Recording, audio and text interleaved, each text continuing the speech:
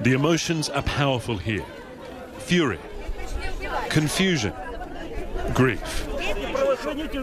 These are the faces of people who are trying to understand why Ukraine's ethnic and political divide suddenly flared here in Odessa, taking so many lives. There's a lot of anger here, a lot of talk about fascists and right-wing extremists, and they believe that what took place in this building was a deliberate act of murder. They're also very angry at the police because they don't believe the police did enough to stop it.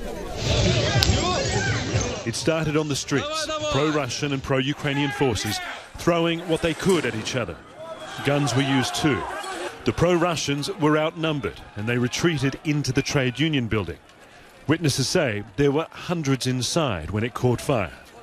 It's unclear how the fire started, whether it's because of Molotov cocktails thrown at the building or whether it's because they were mishandled by those seeking shelter here. But the fire took hold quickly, and in the moments that followed, dozens were killed, most overcome by smoke, but some tried desperately to escape. People were seen scrambling from windows.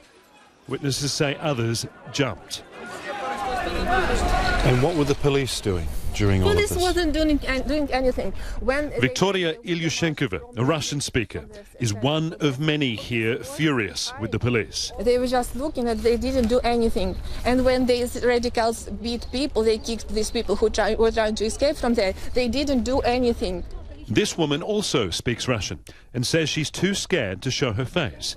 She says she saw pro-Ukrainians celebrate while the building burned and people inside were dying. These are not humans, she says.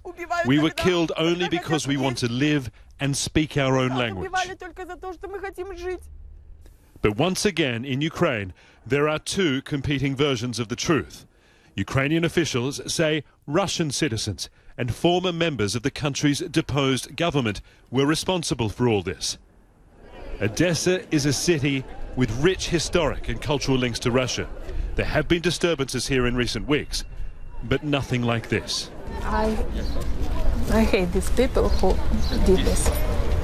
These are citizens of Odessa. And these radicals, I don't know why. It's awful. This isn't like Ukraine's east. These people are a long way from the Russian border.